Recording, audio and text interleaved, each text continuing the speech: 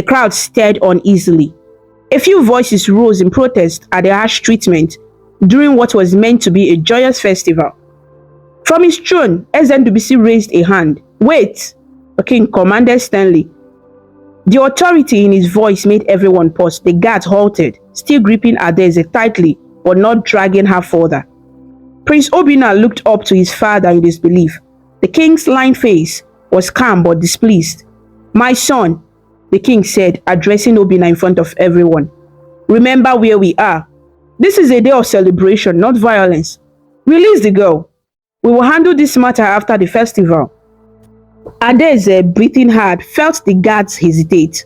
Prince Obinna's eyes flashed from his father to Adaeze. He was livid at being challenged, and even more enraged that the king seemed to be taking a measured approach. "Father, she insulted me. She insulted the royal family," he shouted, almost incoherent with anger. "I cannot let this go unpunished. If we don't make an example of her, everyone would think..." "Obinna," the king's voice was sharp, now a warning. "Have you forgotten yourself? I said release her. Or do you mean to defy me in public as well?" The prince clenched his jaw. For a tense moment, he looked as though he might argue further. But the weight of protocol and the murmuring crowd held him. With a furious sweep of his hand, he motioned to the guard. "Fine, let her go for now," he spat. The guards immediately released their grip on Adaeze. She nearly stumbled but caught herself.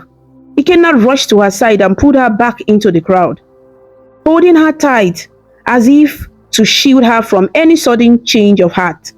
SNWBC, with dignity, stood and addressed the gathering. "My people," he announced, "let the festival continue. There will be no more interruptions." He cast a stern glance at Adaeze and Ikenna's direction, making it clear that silence was expected now. "We will look into any grievances after the celebration. Enjoy the feast and dances." The king's decree hung in the air. Slowly, the musicians resumed their playing, uncertain at first but gradually returning to the rhythm.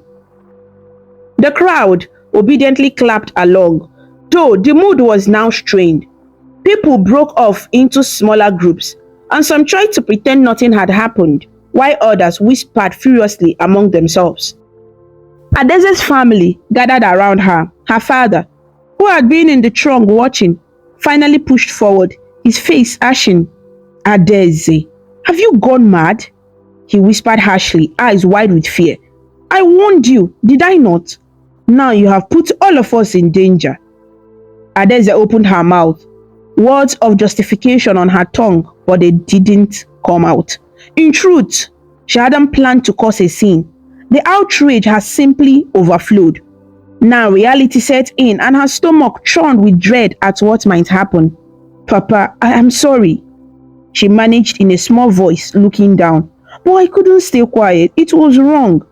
Her father, Mazi Okeke, rubbed a trembling hand over his bowed pate. "Gods of our land, please protect us," he muttered. "We must be very careful now." He looked towards where the prince stood sitting next to the king. The festival's joyous spirit was broken for their family. They knew the matter was merely delayed, not forgotten. Prince Obinna's dark glare was fixed on Adaeze, even as a troop of dancers moved in to perform in front of the royalty. He did not smile, did not see the dancers' colorful costumes at all. His mind was consumed with thought of revenge. Adaeze dared meet his eyes across the distance just for a moment, and what she saw made her shiver. The prince's gaze promised retribution as surely as night follows day. Adaeze squeezed Ikenna's arm and leaned into her worried brother. "This isn't over," she whispered. "I know," Ikenna whispered back, heart pounding. "We have to get you out of here." Under the pretense of leaving to tend to chores, the family quickly and quietly departed the square. Adaeze kept her head down, avoiding further attention, but she could feel many eyes following her. Some amazed, some admiring her bravery, and many more fearful for what would become of her after the last yam had been eaten and the drums went silent. That night, A heavy unease settled over Adeze's household. The festival had ended, but its aftermath hung like a storm cloud. Adeze's mother quietly wept as she cleared up the evening meal, and her father paced the courtyard with a lantern, peering nervously at every distant shuffle of shadows. They had doused the cooking fire earlier, hoping to make their compound appear dark and empty. Inside the small hut, Adeze sat by the door, gripping a sturdy ogele staff in her sweaty palm. Ikenna was beside her, a protective arm around her shoulder. No one in the family expected Prince Obinna to swallow the day's humiliation without retaliation. Outside, a chorus of crickets sang and the moon cast a pale light over the village path. Adeze's heart thudded in her chest, but her eyes were fierce and determined. In the quiet of that tense night, she had made a plan. She knew that if the prince came, he would likely come with guards, and if they took her by force, she might never have a chance to stand up to him again. Her only hope was to outsmart him on her own terms. Earlier, under the guise of fetching water, Adeze had slipped away with Ikenna to the edge of the nearby forest where her father often set animal traps. There was an old pit trap covered with palm fronds and soil, which her father used to catch bush pigs.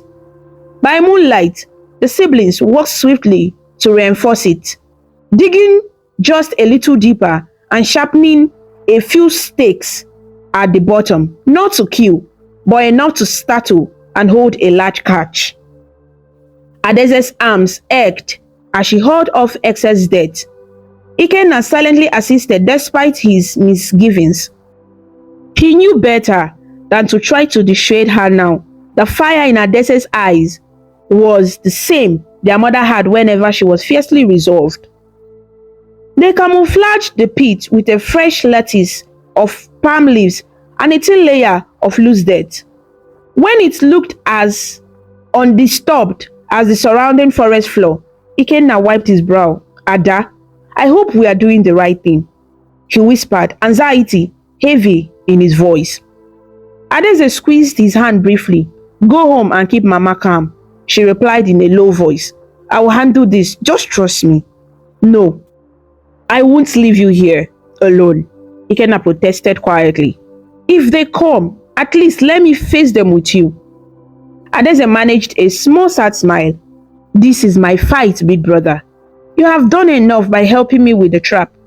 If the prince catches us both, who will take care of our parents?" She gently touched the bruise on Ikenna's arm from the wrestling. "You have already been hurt once today because of him. I can't let you risk more. Biko, go back." Reluctantly, Ikenna obeyed. He knew Adeze well enough to realize she wouldn't back down. "Be careful," he urged, before melting into the shadows towards their compound. "If anything happens, make the house call. I will be listening." Adeze nodded and watched him disappear. Then, she crouched behind a thick shrub, a short distance from the hidden pit, and waited. It did not take long. As the moon climbed higher, casting silver beams between the forest leaves, Adeze heard footsteps on the path. Two figures emerged from the gloom. Prince Obinna, holding a flaming torch high in one hand, and a single palace guard armed with a spear.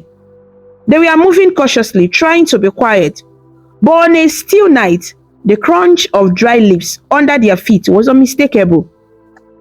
Adeze's pulse quickened when she saw them. She pressed herself lower, steadying her breath. Prince Obinna's voice floated through the night air, low and cold. "She lives around here, doesn't she? That loudmouth girl, Adeze." He practically spat her name. The guard answered softly, "Yes, my prince. This is the path behind her family's compound." They had indeed gone first to her home. Finding it dark and seemingly empty, they likely assumed she had fled into the forest, and they assumed correctly that she might be hiding nearby. Adeze realized with a mixture of fear and relief that the prince had only brought one guard, perhaps to keep this revenge mission secret and swift. From a hiding spot, Adeze watched them approach. In the flickering torchlight, Prince Obina's face looked set in a ferocious scowl. He had not even changed out of his festival clothes, though now the fine garments were crumpled and dusty from his trek.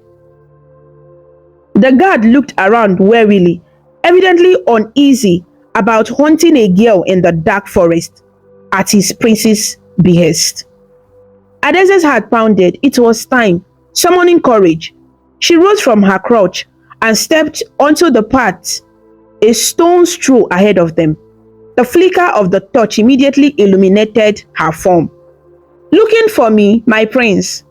Adeze called out, injecting a taunting lilt into her voice that she did not truly feel. Inside, her stomach was doing flips, but she kept her chin high. Prince Obina and the guard halted in surprise. Obina's eyes narrowed to slits as he recognized her. "You," he growled. "You have saved me the trouble of tearing apart the whole village to find you." Adeze forced a laugh, letting it echo through the trees. "Find me? It looks like I find you instead." She took a step backward, deliberately positioning herself nearly to where she knew the hidden pit lay a few paces behind. "What are you doing, creeping around at night? Shouldn't a prince be asleep on his sick bed?" Obina's nostrils flared. "How dare you?" he snarled. "After the embarrassment you caused me today, you still have the nerve to speak?"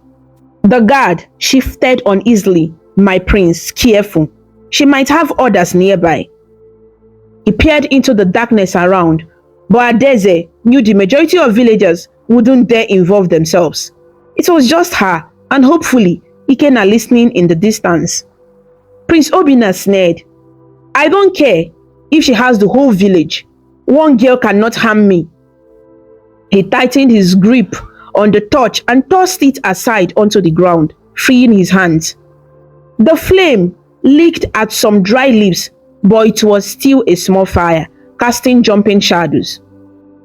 "I'm going to enjoy teaching you a lesson with my bare hands, Adeze." He pronounced her name like a curse. "Maybe I will drag you back by your hair and throw you in the dungeon till you learn to respect your betters."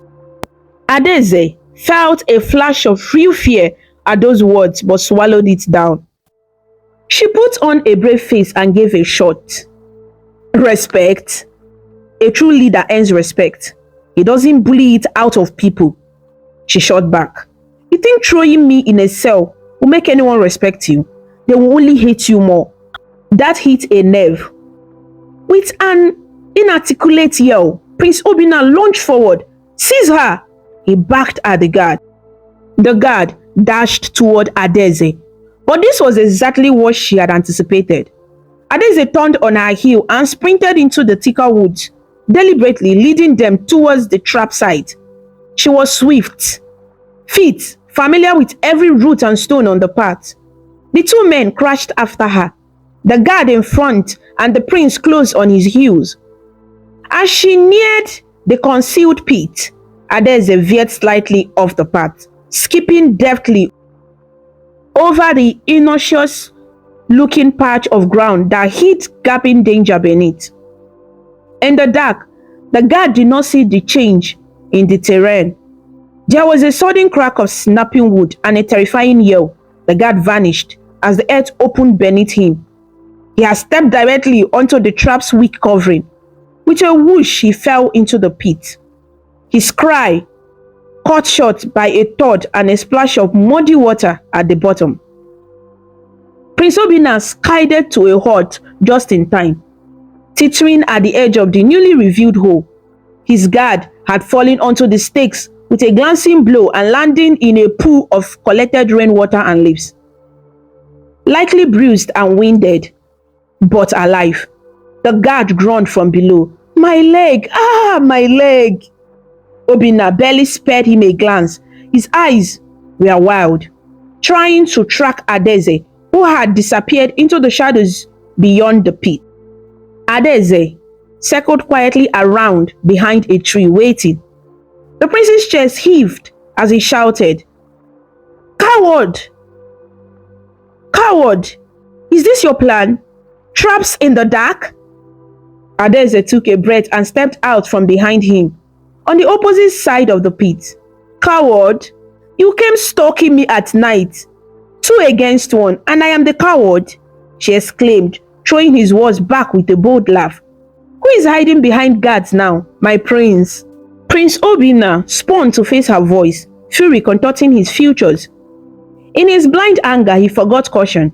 I will kill you with my own hands, he roared, and charged straight at Adeze, leaping over the corner of the pit to close the distance. This was the final moment Adeze had prepared for. As Obinna lunged, she sidestepped lightly and swung out her ogele staff with all her strength at his calves. It connected solidly. With a loud oof, the prince lost his balance mid-strides. The momentum carried him forward, right over the edge of the gaping pit where his guard had fallen. Prince Obinna let out a startled shout as the ground disappeared beneath him. He fled, trying to grab hold of something, but it was too late. The mighty prince of Ndike tumbled into the trap. There was a tremendous splash and a clatter as Obinna landed in the muddy pit beside his guard.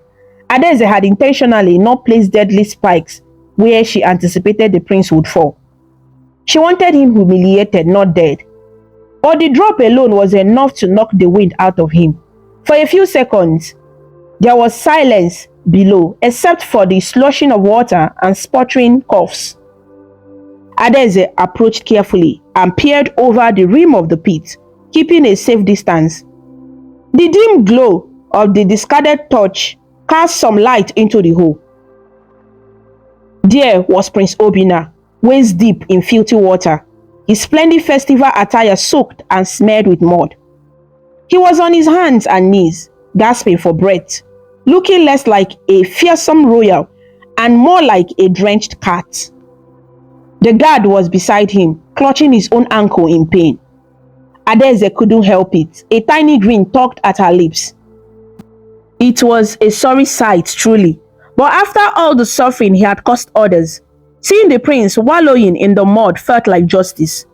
She planted her feet and called out, "Not so mighty tonight, eh, my prince?" Her tone was mocking, but there was relief in it too. Her risky plan had worked. Obinna lifted his head at the sound of her voice. His crown, which he must have stubbornly kept on for the hunt, was gone, likely bobbing in the murky water. His face was a mask of shock and outrage. You wretched girl," he choked out, wiping mud from his eyes. "Do you know what you have done? I will. He tried to find purchase on the sleek, earthen walls of the pit, but each attempt to stand made him slip back on his knees. He was effectively trapped, at least for the moment. "You will what?" Adeze replied sharply. "Have me flogged? Throw me in jail? Kill me? From down there?" She snapped her fingers. "Face it, Obinna. Right now, you can't do anything." The guard groaned again, attempting to stand on one leg. "My prince, I'm hurt. My leg." He sounded pitiful and frightened. Obinna angrily shoved the man off. "Shut up, useless," he barked, his temper flaring at the wrong target in his humiliation. The guard cowered, holding his tongue. Adeze felt a surge of disgust. Even now, caught like a bush rat, the prince was berating his loyal man. "You see," she called down, "this is exactly why you are in that hole, Obinna. You think everyone is beneath you, even those who serve you. Your pride brought you here." "Shut your mouth," Obinna shouted, splashing water as he shook a fist upward. "When I get out, I swear by Amadioha, I will make you beg for that." His throat echoed in the night air. Adeze took a step back, momentarily cowed by the venom in his voice. Her heart hammered. Had she pushed him too far? But then she remembered the faces of Mamugo, the old fish seller. The little boy terrified under the horse's hoofs. No. She steeled herself. If she backed down now, all would be for nothing. She called his bluff. Do you think the gods will listen to your oaths after how you have misbehaved? Adaeze retorted. You can swear by Amadioha or any other god, but right now, the only thing that can save you is me. So you might want to consider your words carefully. She squatted near the edge, still beyond his reach, and looked down at him with boldness. Prince Obinna, future king of Ndike, look at yourself. All your life, nobody has dared stand up to you. You take what you want. You hurt who you want. And you think there will never be consequences. Her voice was steady, each word falling like a stone into the pit. Well, tonight, here you are. You have fallen into a trap of your own making, in a way. You thought you were invisible, untouchable. I am just a common girl, but I defended you without any magic, without any soldiers. Just my hands, my wits, and the help of the gods who watch over the just. Her words reverberated. Prince Obinna has stopped trying to scramble up. He sat now in the cold muddy water, chest heaving as he stared up at Adaeze. In the torchlight, she could see a flurry of emotion cross his face, anger, fear, and something like despair. Nobody talks to me like this, he said weakly, but the fire had gone out of his voice.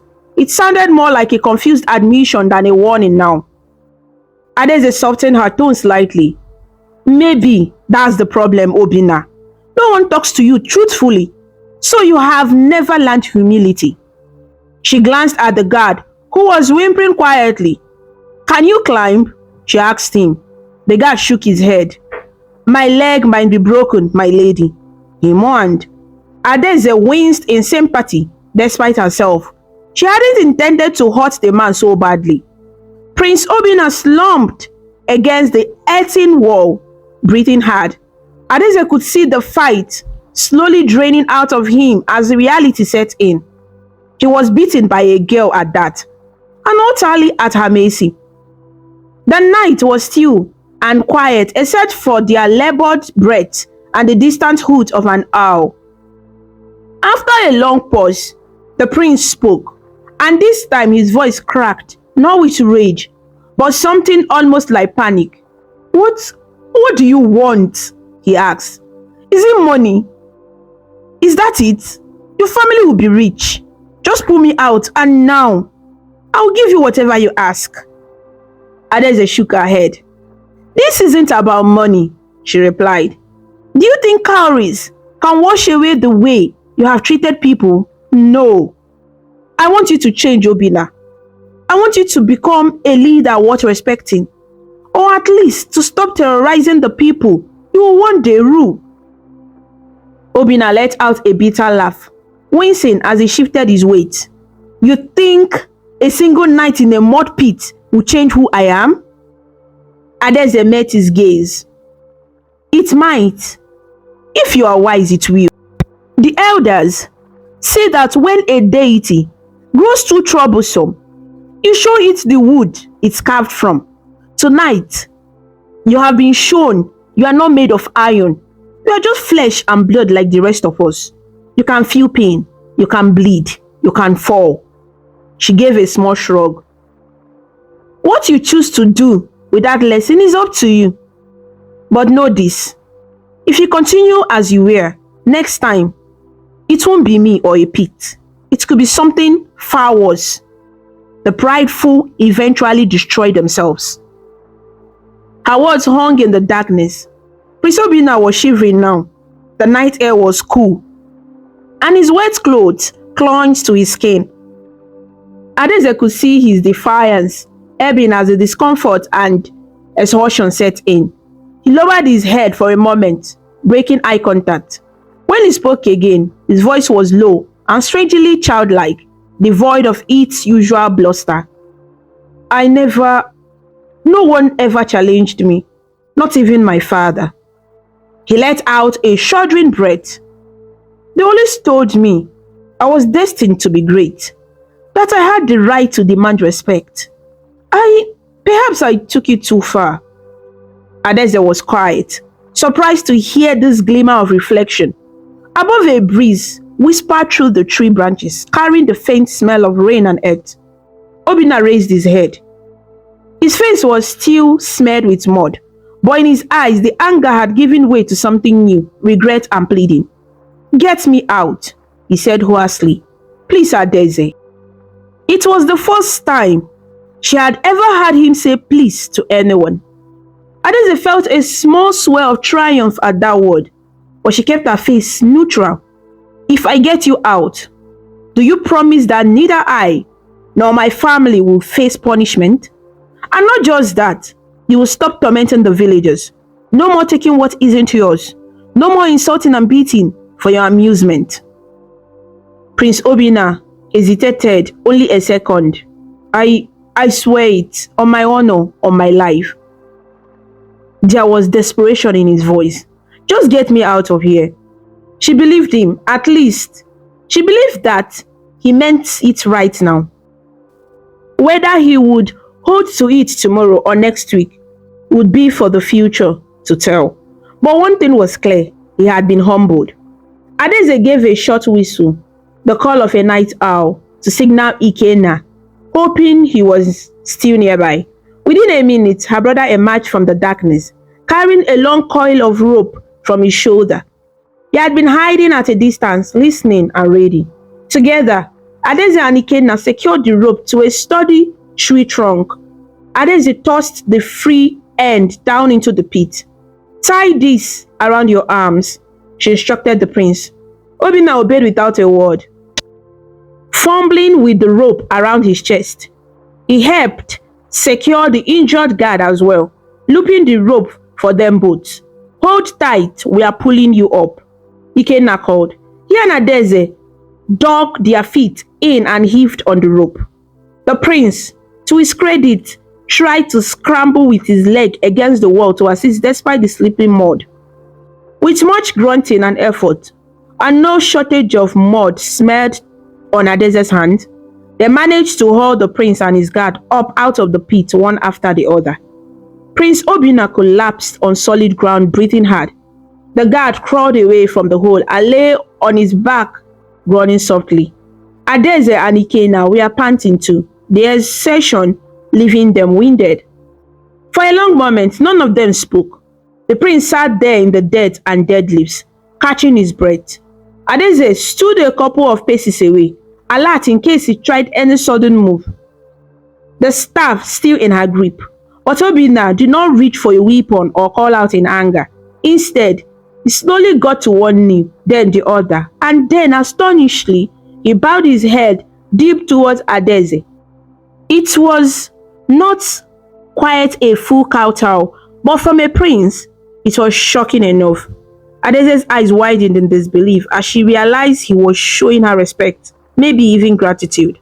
"Adeze," he said quietly, his voice raw, "you have humbled me. I cannot pretend I will forget this humiliation, but I also cannot ignore the truth in what you have said." He raised his face, and by the moonlight, Adeze saw sincerity etched there. "Tonight, you fought for your people, and you bested me. You have my word that I will not seek revenge on you or your family, and I will strive to be better." The last line was spoken with effort, as though it tasted strange to him, but he meant it. Adeze felt an unexpected warmth in her chest at his contrite words. She lowered her staff, finally allowing herself to trust that he would keep his promise. Ikenna stepped forward, still cautious, and put a hand on Adeze's shoulder. The prince struggled to his feet, swaying a little. Ikenna, moved by instinct, reached out to steady him. Prince Obina gave a curt nod of thanks. He looked at the siblings, from Ikenna's very supportive stance to Adeze's mud-splattered, determined face, and he almost smiled, a weak, tired ghost of a smile. "Your father is a lucky man," Obina murmured, "to have children as brave as you both."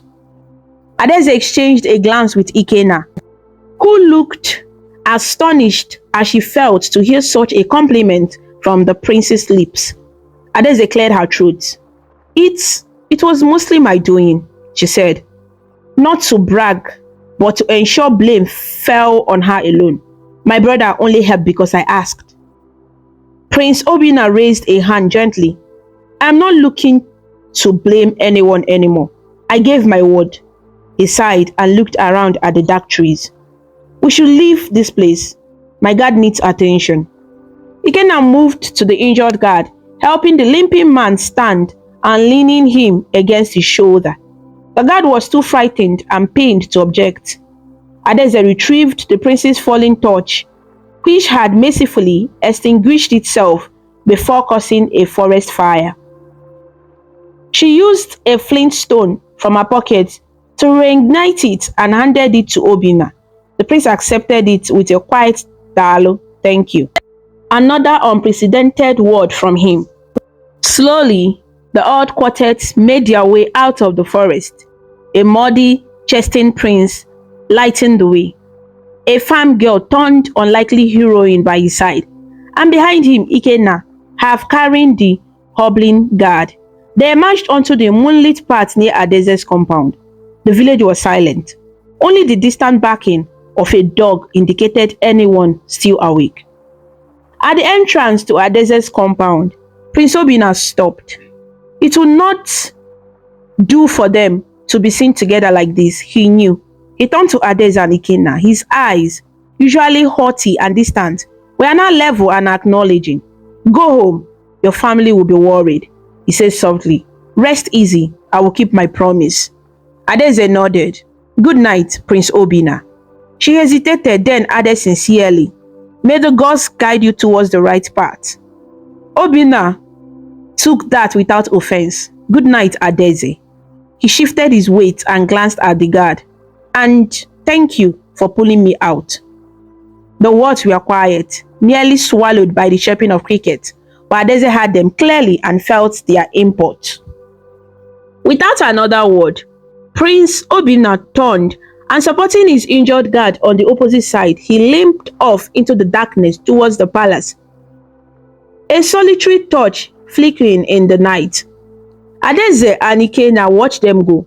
Only when he was out of sight did Ikenna release the breath he had been holding. Oh my God, Ada, did that really just happen? He whispered, as if afraid to break a spell. Adeze felt suddenly lightheaded with relief. She let out a shaky laugh. Yes, brother, it did. They entered their compound to find their father and mother rushing out to meet them, both anxious and confused from hearing bits of commotion. Adeze's mother embraced her tightly, while her father demanded in a frantic whisper to know if she was all right, if the prince came, what the noise was. Adeze simply replied, Papa, Mama, it's over. I'm safe. We are all safe now. As they settled in that night, Adeze washed the mud from her arms and could hardly believe the event herself. She peered out of the small window of their hut at the starry sky and whispered thank you to Hachi, her guardian spirit, for protection. In her heart, she hoped that Prince Obinna's transformation would last beyond tonight. The dawn of the next day broke over Ndike with golden rays of sun, and life went on. Word spread in whispers that something strange happened in the night. The prince had returned to the palace in disarray, and there were rumors of him being injured or taught a lesson, but no one knew the full truth outside those involved. True to his word, Prince Obinna did not seek vengeance. In fact, when he appeared in public later that week, villagers were astonished to find him changed. At the market, he approached Mamugo's palm wine store, and instead of grabbing a pot, he paid her generously for a cup and thanked her. He helped an old man up from the road rather than push past him. People watched slack-jawed as the prince, who once would snare and boast, now spoke courteously, even offering apologies for past rudeness. When one of his friends asked what had come over him, Prince Obinna simply said, I had a revelation. I realized I cannot rule a people whom I do not respect and who do not respect me. A wise person learns from his mistakes before it's too late. The villagers marveled at this newfound wisdom. not knowing the full tale of the mud-filled night that sowed its seed. As for Adeze, she returned to her normal routine of farm work and chores, content to keep the events of that night mostly to herself. Only her family and a few close friends knew her role in the prince's sudden humility, and they swore to keep it secret for her safety. But it was hard to hide the pride shining in their eyes when they looked at her. Adeze, the brave maiden of Ndike, had done what no warrior or elder had achieved. She had humbled the arrogant prince. In the evenings, when children of Ndike gathered under the Odala tree to hear folk tales, a new story began to be whispered among them of a fearless young woman who stood up to tyranny and changed a prince's heart. They did not mention names, but everyone knew who the story was about. Adeze would blush and slip away whenever she overheard the children mimicking, "Hold your ear and say, 'I am sorry,'" in a playful manner. Prince Obinna, for his part, became quieter and more thoughtful after that night. He often sought counsel from the elders and even from Adeze's father, Mazi Okeke, who was known for his wisdom in the community. Little by little, trust was built. By the time Eze Ndubisi passed the mantle of leadership to his son a few years later, the people of Ndike had come not only to accept Obinna, but truly respect him. They knew him as a man who had tested humility and had emerged better for it. One bright morning, some months after the festival, Adeze was tending the goat behind her compound when she heard an unfamiliar yet gentle voice call from the gate. "Is this the home of Adeze, the daughter of Okeke?" Frowning in curiosity, she stepped out to the front yard and was astonished to find Prince Obinna, simply dressed in a cotton tunic without any guards or royal airs, standing there with a basket full of fresh yams and fruits. It was an unprecedented gesture from the prince. "These are for your family," he said with a warm smile, extending the heavy basket towards her. "A small token of appreciation for the yams I denied you all at the festival and for other things." Adeze's mother, peeking from behind the door, nearly fainted at the sight of the prince acting as an errand boy. But Adeze quickly recovered and welcomed him, taking the basket with a respectful bow. Their eyes met briefly, and in Obinna's gaze, she saw not pride, but gratitude and perhaps a hint of friendship. The prince didn't overstay his welcome. He left as humbly as he came, true to his new character. As he departed, he said softly to Adeze, "I haven't forgotten who opened my eyes. I don't think I ever will." Adeze watched him go with a gentle smile, feeling hopeful that his words were true. Though the kingdom of Ndike found a new balance. The arrogant prince was arrogant no more, thanks to the courage of the brave maiden. Their story became legend, told in many versions. Some said that Adeze was a spirit in disguise, sent to temper the prince. Others insisted Obinna fell in love with the maiden who bested him. Whenever the elders told that romantic version, Adeze and Obinna both would chuckle and shake their heads, though neither outright denied the special bond they had formed in adversity. All agreed on the lesson. The dance a child knows is what he dances in the public square. Prince Obinna had learned a new dance, one of humility and kindness, and he danced it proudly as he led Ndike to a prosperous future. As the sun set each day over the red clay hut and lush green fields of Ndike, Adeze would often find herself gazing at the horizon, amazed at how fate had unfolded. She remained ever vigilant, knowing that life is full of twists and turns, and indeed, beyond the peaceful borders of Ndike, new adventures and challenges were brewing, waiting for the humble king and the brave maiden to face together. But those are tales for another day. For now, suffice it to say that in the beautiful and ancient kingdom of Ndike, peace and justice had taken root where tyranny once grew, and it all began with the courage of one young woman who dared to stand up and say, "Enough." The moral lesson: The story teaches that true leadership is not built on pride, fear, or power, but on humility, respect, and justice. No matter how highly placed a person is, arrogance can lead to downfall if not checked. It also shows that one brave voice, even from someone considered powerless, can spark change and challenge oppression. When we stand up against injustice with wisdom and courage, we not only protect others but help transform those who have lost their way. Thank you so much for watching this amazing story about Adeze and Prince Obina on African Stories by V. If you liked it and felt inspired with their journey, please show your support by clicking the like button, sharing with your friends, and leaving a comment below. To see more interesting stories and learn about different cultures, subscribe to African Stories by V, and don't forget to ring the notification bell so you never miss a new story. Your support means a lot and helps us bring more stories to you. Until we meet again, stay connected, stay inspired, and keep smiling.